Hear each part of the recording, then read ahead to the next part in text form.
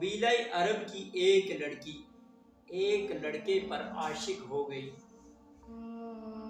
عشق کا بھوت دونوں کے سر پر چڑھ کر ناچنے لگا۔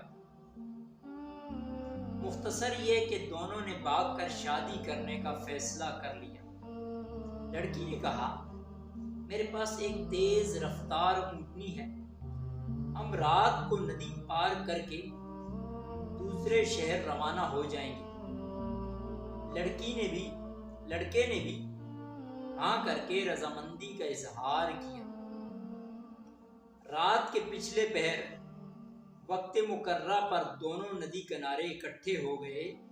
لڑکی بولی، میں اونٹنی پر سوار ہوتی ہوں، تم اسے پیچھے سے ہانکتے ہانکتے ندی پار کرو، پھر اوپر بیٹھ جانا۔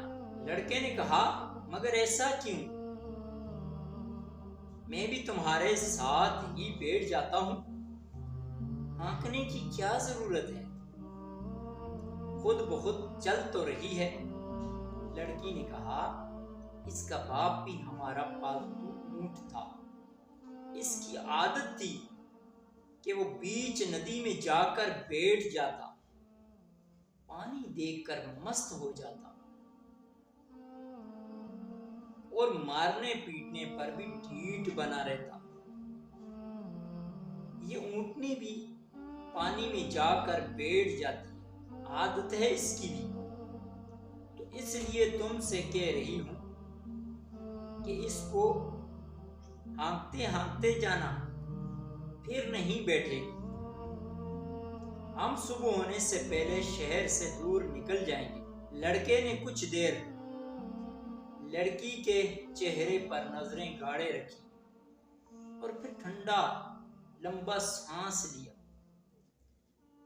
جیسے کوئی پختہ ارادہ کر چکا ہو، اور بولا، ہم بھاگ کر شادی نہیں کریں گے، مقدر ہوا تو نکاح ہو جائے گا، نہیں تو جو رب کی رضا، تم واپس اپنے گھر چلی جاؤ۔ لڑکی نے کہا، مگر کیوں؟